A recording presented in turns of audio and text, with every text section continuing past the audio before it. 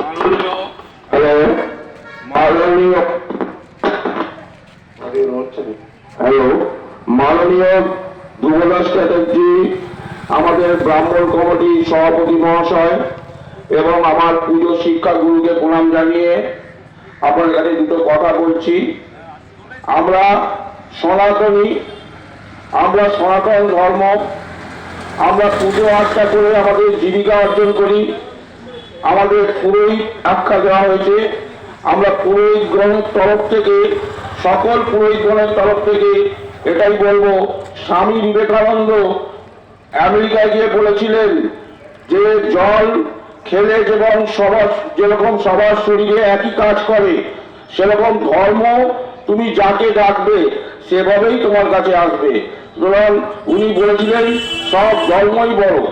সুতরাং আমরা কোনোদিন কোনো ধর্মকে ছোট করে কথা বলি না।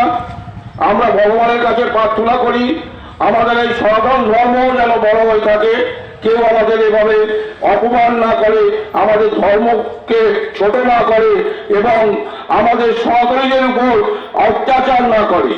এবং বিভিন্ন দেব দেবীর মূর্তি বাংলাদেশে ভাঙার প্রতিবাদে আজ আমরা এখানে একত্রিত হয়েছি এবং এই রবিবারের পরের রবিবার আরো কিছু সংখ্যক বাড়িয়ে আমরা আবার একত্রিত হব, আবার এই প্রতিবাদে নামবো।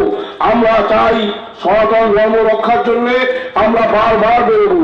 আমাদের যাকে পুজো করে আমরা জীবিকা অর্জন করি, যার মাথায় দুটো বেলপাতা ফুল দিয়ে আমরা আমাদের পেটের